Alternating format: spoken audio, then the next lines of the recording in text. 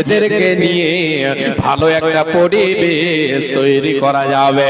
এর আগে আমাকে আপনাকে এদের সঙ্গে সৎ ব্যবহার করতে হবে। সুসন্তান, আপনার যদি সন্তান সুখ হয়, আপনার স্ত্রী যদি সতে হয়, আপনার বাড়িতে আছে মা এবং বাবা, এই মা বাবার সঙ্গে আপনি সৎ ব্যবহার করেন, এতে আপনার সংসারটা সুখের হবে, সুখের সংসার তৈরি হবে।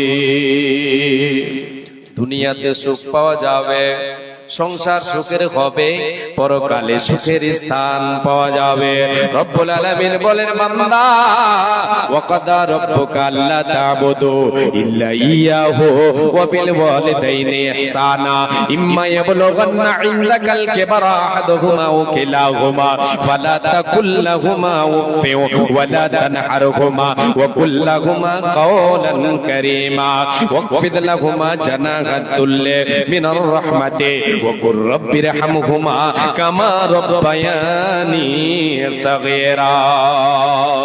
আল্লাহ রাব্বুল আলামিন বলেন, রে বান্দা ওয়াকাদা রাব্বুকা আল্লা তা'বুদু ইল্লা ইয়াহু ওয়া বিল ওয়ালিদাইনি ইহসানা।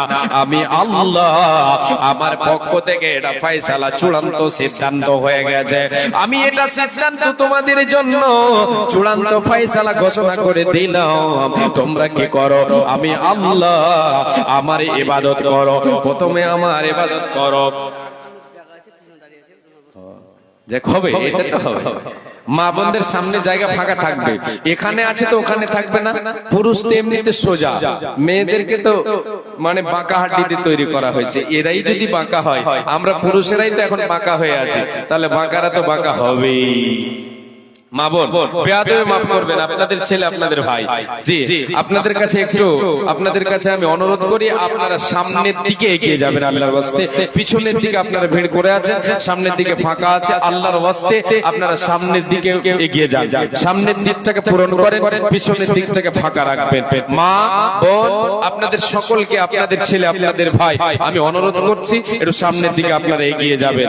জি, এবার আল্লাহ তাবারক ওয়া তাআলা বলছেন, বান্দা আমি আমার পক্ষ থেকে এটা চূড়ান্ত সিদ্ধান্ত তোমাদের জন্য আমি ফয়সালা করে দিয়েছি। তোমরা কি করবে?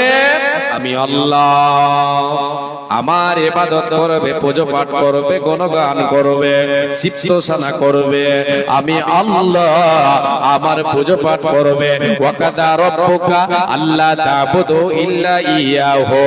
এরপরে আল্লাহ তাবারক ওয়া তাআলা বলছেন, ওয়া বিল ওয়ালিদাইনি ইহসানা।